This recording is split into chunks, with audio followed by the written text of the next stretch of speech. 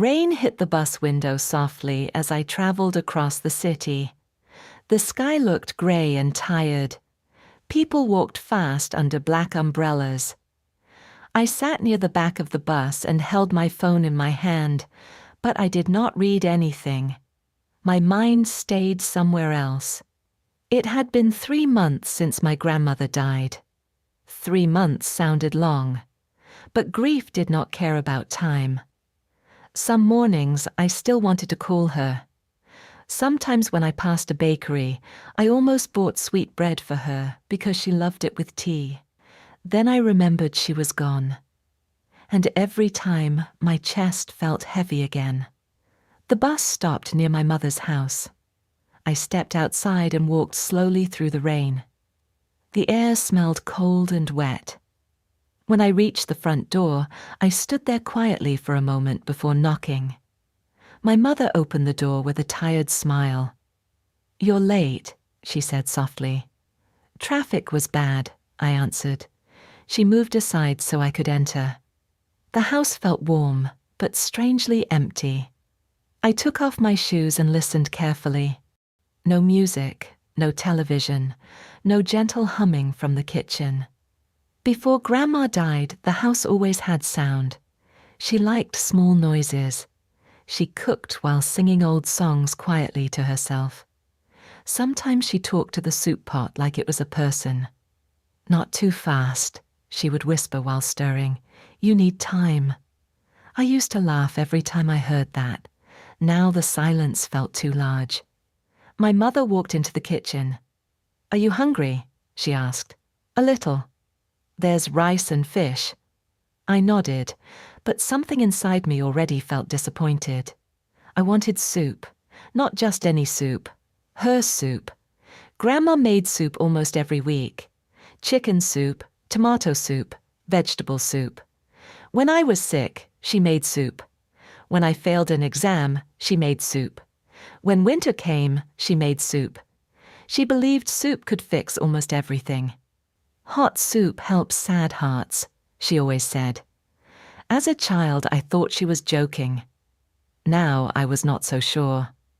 I walked slowly into the kitchen while my mother prepared dinner. The kitchen looked clean and organized, but something important was missing. The old yellow pot still sat near the stove. Grandma used that pot for years. The handle was slightly broken, but she refused to throw it away. "She liked old things," my mother said behind me, noticing my eyes on the pot. "Yeah," I said quietly. I opened one cabinet without thinking. Inside were cups, plates, and containers. Then I saw a small notebook near the back corner. I froze. It was Grandma's recipe book. The blue cover looked old and soft from years of use. Some pages bent at the corners. Small oil marks covered the edges. I picked it up carefully. For a second, it almost felt like touching her hands again. My mother looked over my shoulder. "I found it last month," she said. "I couldn't open it." I slowly turned the pages. Her handwriting filled every line. Some words were messy because she wrote quickly while cooking. Small notes appeared beside recipes. "Add more garlic if weather is cold." "Good for fever." "Don't forget love." I stared at that sentence for a long time. Don't forget love. Suddenly, memories came back too fast. I saw myself at 10 years old, sitting at this same table with a blanket around my shoulders. Grandma stood near the stove, tasting soup with a spoon. Steam filled the kitchen windows. "You'll feel better tomorrow," she told me.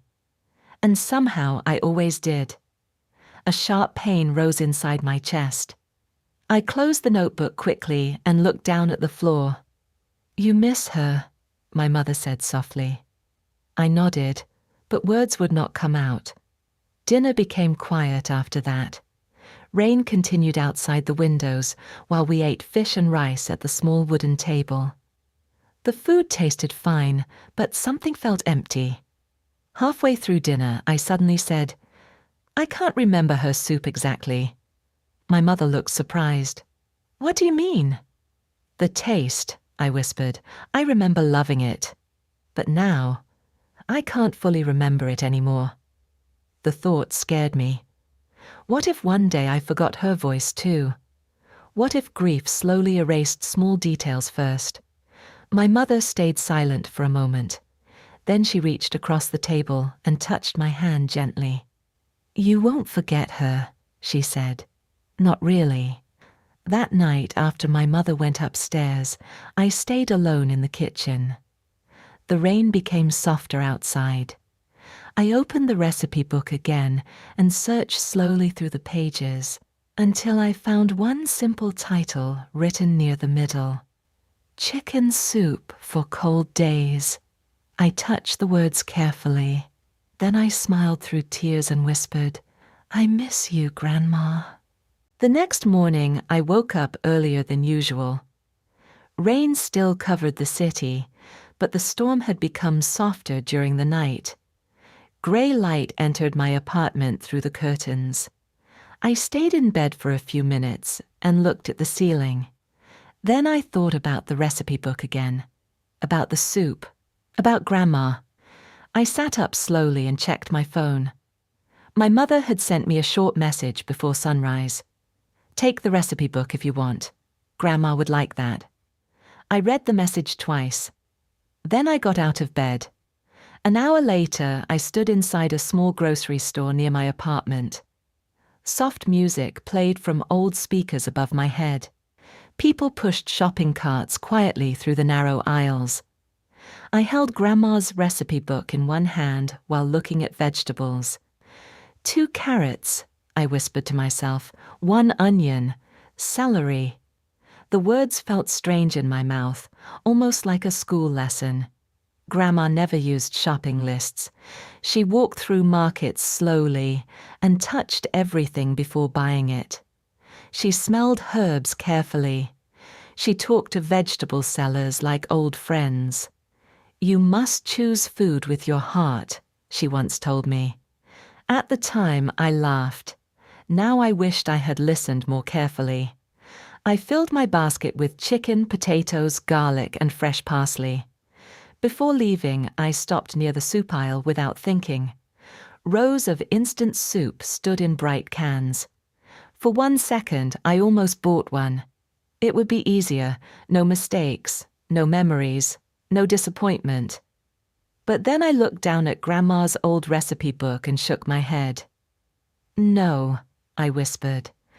I wanted the real thing. Back home, I placed everything carefully on the kitchen counter. The apartment felt quiet except for the sound of traffic outside the windows. I washed my hands and opened the recipe book. Chicken soup for cold days. The instructions looked simple, too simple. Grandma never wrote exact measurements. She wrote things like, "Add enough water. Cook until it smells right. More salt if people look tired." I frowned. "What does that even mean?" I muttered. Still, I started cooking. I cut carrots slowly. My knife hit the cutting board with uneven sounds. The onion made my eyes burn. Soon vegetable peels covered half the counter. Grandma's kitchen never looked this messy. I placed the chicken into a large pot and added water, then vegetables, then garlic.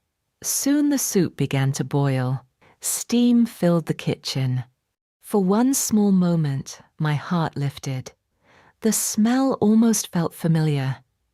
I closed my eyes and suddenly remembered winter nights at Grandma's house. Snow outside, warm light inside, her soft slippers moving across the kitchen floor. "You're too skinny," she always told me. "Eat more." I smiled without realizing it. Maybe this would work after all.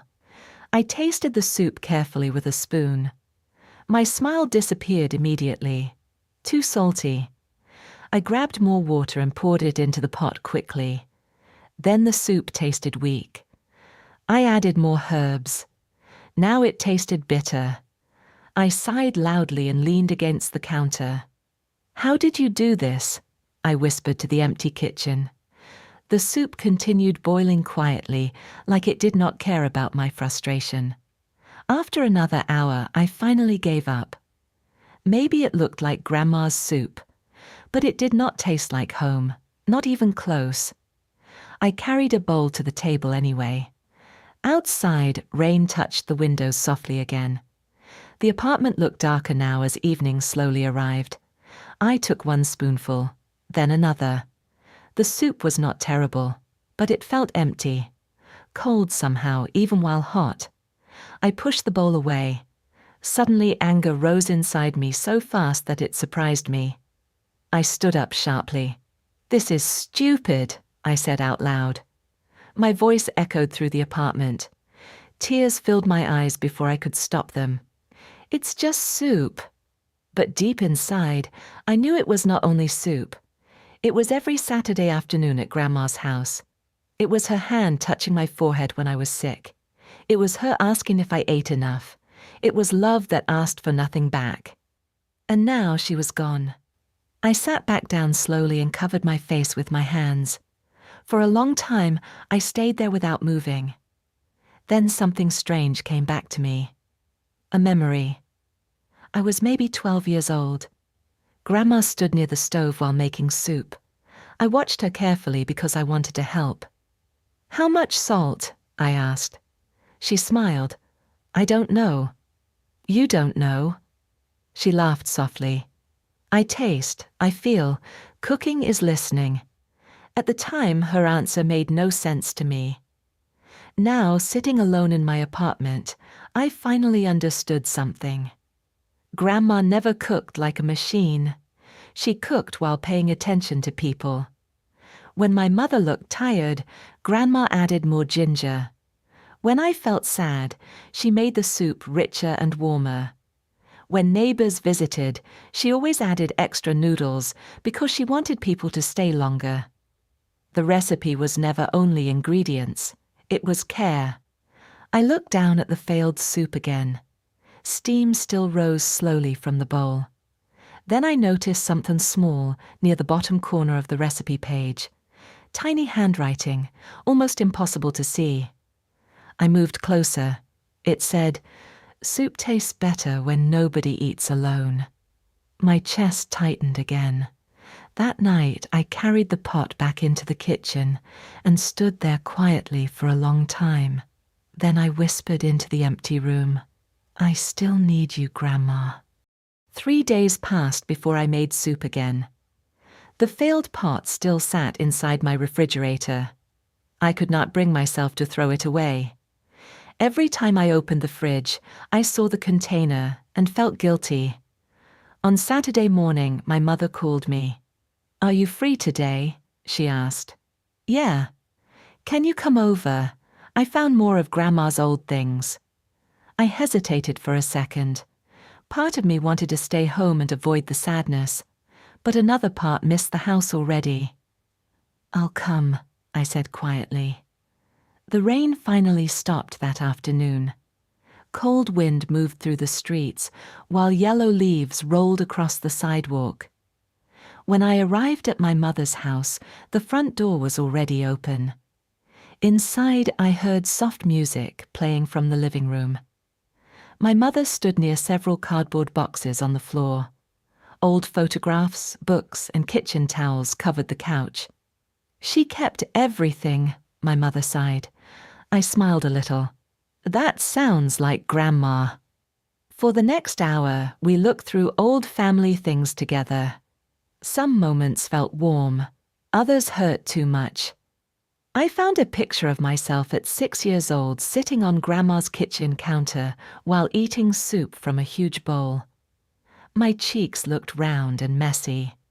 "She worried you never ate enough," my mother laughed softly. "She worried about everyone." "That's true." I placed the photo beside me carefully. Then my mother stood up. "I'm making tea," she said. "Do you want some?" "Sure." She disappeared into the kitchen. A few minutes later, I followed her without thinking. The kitchen looked almost the same as always. Afternoon sunlight entered through the windows now instead of rain. Dust moved slowly through the golden light. My eyes landed on the old yellow soup pot again. Before I could stop myself, I walked toward the stove. "You're thinking about the soup again," my mother said gently. I nodded. "I tried making it." "How was it?" I laughed once, but there was no humor inside it. "Terrible." My mother smiled kindly. "Grandma burned soup many times when she was younger." I looked surprised. "No way." She just never told anyone. That image felt impossible in my mind. Grandma always seemed perfect in the kitchen. Suddenly, someone knocked at the front door. "I'll get it," my mother said. A moment later, an older woman entered the house slowly. She wore a long brown coat and carried a small paper bag in her hands. It was Mrs. Chen, Grandma's old neighbor. I remembered her from childhood. She lived 2 houses away and always waved at everyone from her garden. "My dear," she said softly when she saw me, "you've grown so much." I smiled politely. Mrs. Chen and my mother sat in the living room together while drinking tea. I stayed in the kitchen quietly, looking through the recipe book again. Then I heard Mrs. Chen's voice. "Is someone making soup?" I froze. A small pot sat on the stove behind me. Earlier, my mother started heating leftover vegetable soup for dinner. Mrs. Chen walked slowly into the kitchen. The smell reached her immediately. Her eyes softened. "That smell," she whispered. For a second she looked far away, lost inside some old memory. "She made this for me once," Mrs. Chen said quietly. I looked up.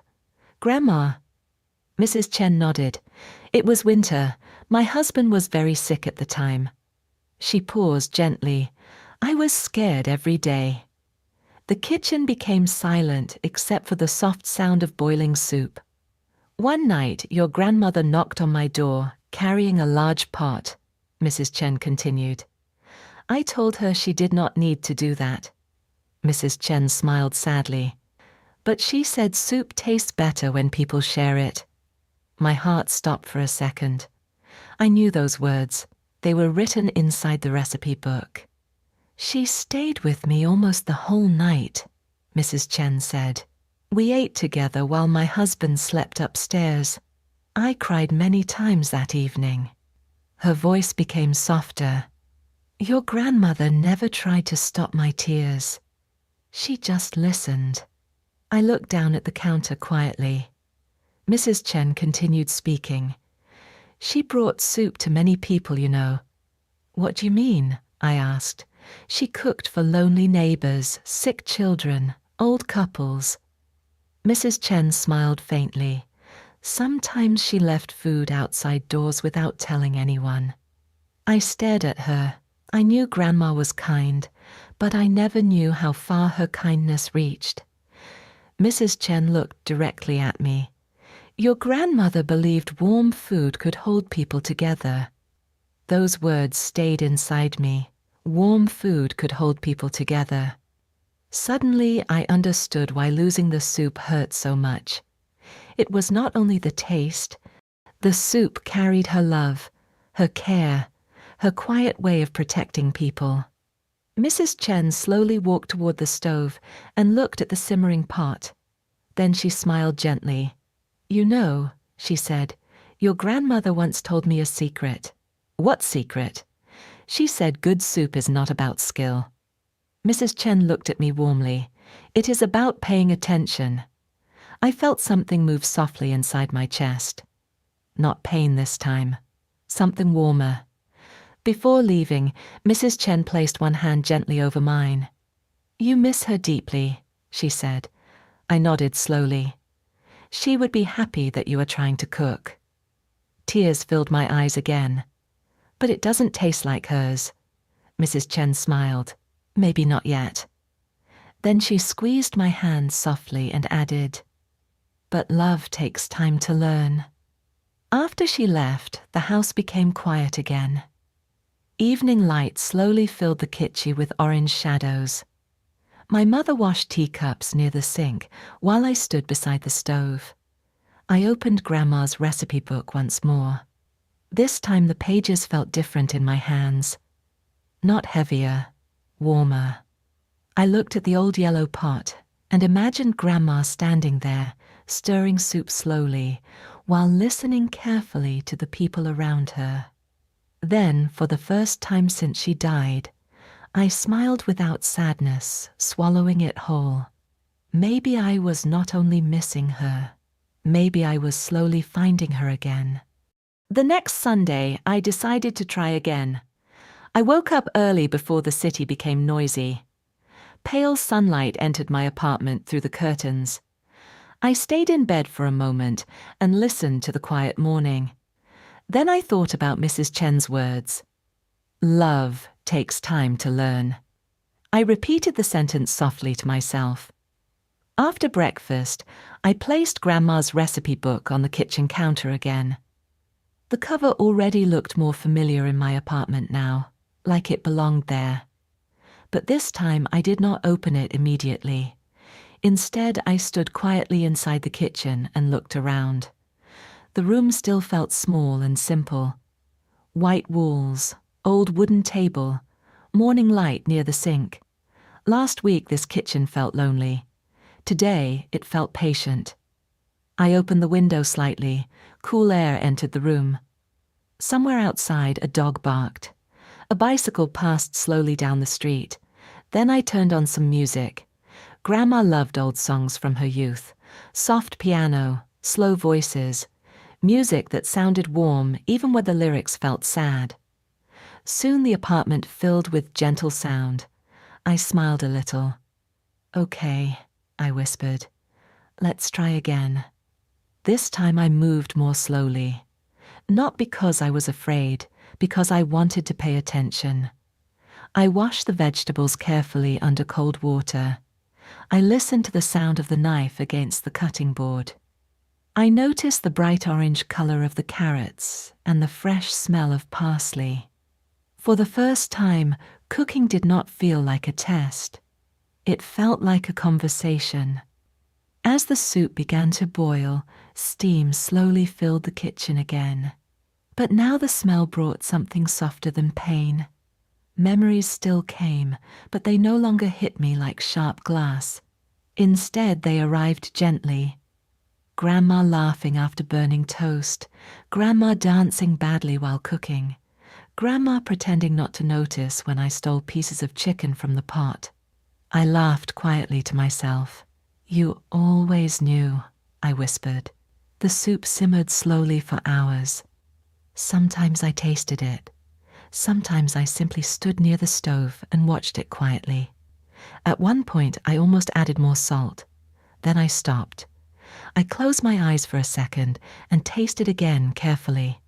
No, I said softly. It's enough. That surprised me. Maybe cooking really was listening. Around evening, my mother arrived unexpectedly. She knocked once before entering with her spare key. I brought some bread, she called from the hallway. Then she stopped. The smell reached her immediately. Slowly she walked into the kitchen. Her eyes moved from the soup pot to me. You made it again, she said softly. I nodded. I wanted one more try.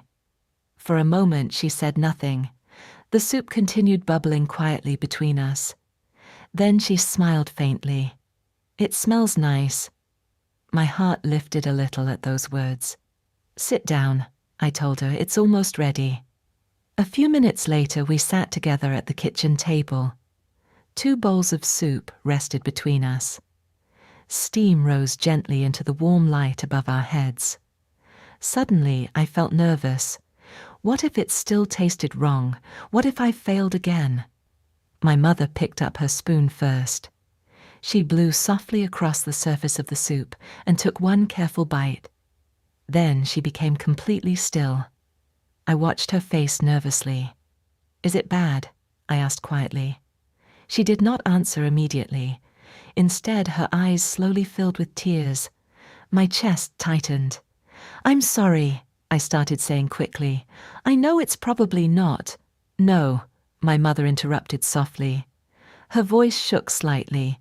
It tastes like home. The room became very quiet after that. I looked down into my own bowl. Suddenly, tears burned my eyes too. Not because the soup was perfect, not because it tasted exactly the same, but because something inside it felt familiar, warm, safe, alive. My mother smiled through tears and laughed softly. She would complain that you cut the carrots too big. I laughed immediately.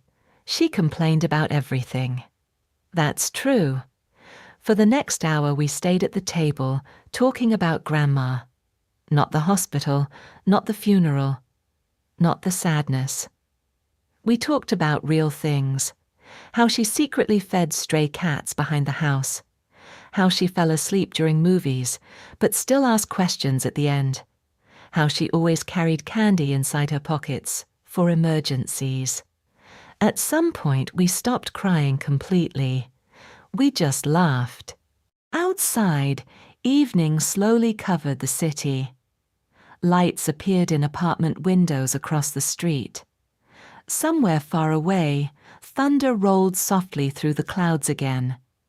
But inside the kitchen, everything felt warm. After dinner, my mother carried the empty bowls toward the sink. Then she stopped suddenly and looked back at me. "You know something?" she said. "What?" "This is the first real meal we've shared since she died." Her words hit me quietly. And she was right. Since Grandma's death, every family dinner felt rushed or silent. We ate because we had to. Nobody stayed long at the table anymore. But tonight felt different. The soup slowed us down. It made space for memory, for laughter, for each other. Later that night, after my mother left, I cleaned the kitchen slowly. The apartment still smelled like herbs and warm broth. I looked at the old recipe book resting near the stove. Then I opened it carefully one more time. Between 2 pages, I suddenly noticed a folded piece of paper I had never seen before. My hands froze. Slowly, I opened it. Inside, in Grandma's handwriting, were only 5 simple words. Feed people, stay close, love well. I stared at the paper for a long time. Then I smiled softly through tears and whispered, "I think I understand now, Grandma." Winter arrived quietly that year. Cold wind moved through the city streets, and people walked faster with their hands inside their coat pockets. Small coffee shops filled with warm light every evening. Stores played holiday music too early, just like always. And almost every Sunday, I made soup. At first, I cooked only for myself and my mother. But slowly, that changed. One night, my co-worker Daniel stayed late at the office with me. Rain hit the windows while both of us worked silently under bright white lights. Daniel looked terrible. His eyes were tired. His shoulders stayed tense all evening. "You okay?" I finally asked. He laughed weakly. "My father is in the hospital again." I did not know what to say. A few months ago, silence would have scared me. I always felt pressure to find perfect words when people were hurting. But Grandma never rushed people. She listened first. So I simply said, "That sounds hard." Daniel looked down at his desk and nodded slowly. Then, without thinking too much, I heard myself asking, "Did you eat dinner yet?" He shook his head. An hour later, Daniel sat at my kitchen table, holding a bowl of chicken soup in both hands. Steam moved across his tired face. "This smells amazing," he whispered. I smiled. My grandmother taught me. He took one bite, then another. Soon the tension in his shoulders softened slightly. And for a little while, neither of us talked about hospitals or fear or exhaustion. We just ate. Later, after Daniel left, I stood alone in the kitchen washing dishes. Warm water moved across my hands while soft music played from the living room. Suddenly, I realized something strange. For the first time since Grandma died, the kitchen no longer felt empty. It felt full. Not with noise, not even with people, but with presence, with memory, with love that still stayed behind somehow. A few weeks later, I brought soup to Mrs. Chen after she caught a bad cold.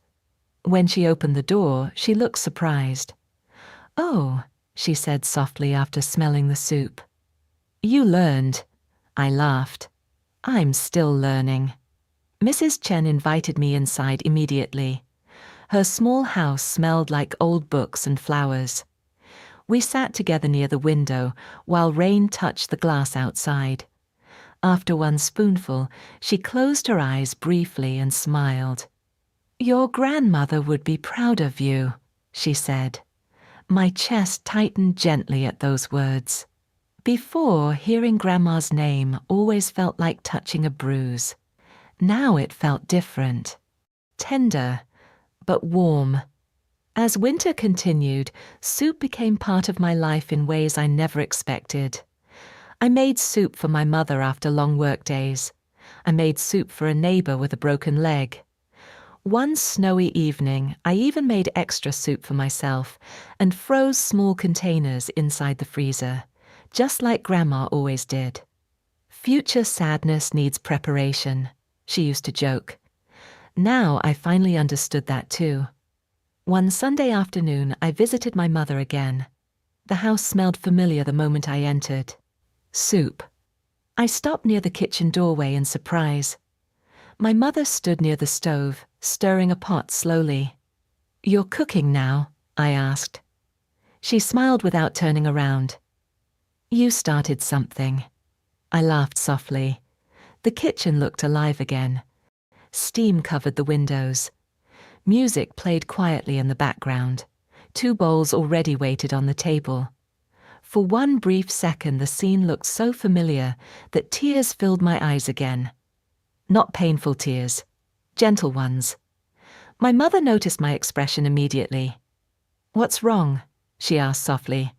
I shook my head. "Nothing." Then I smiled. It just feels like she's still here sometimes. My mother became quiet.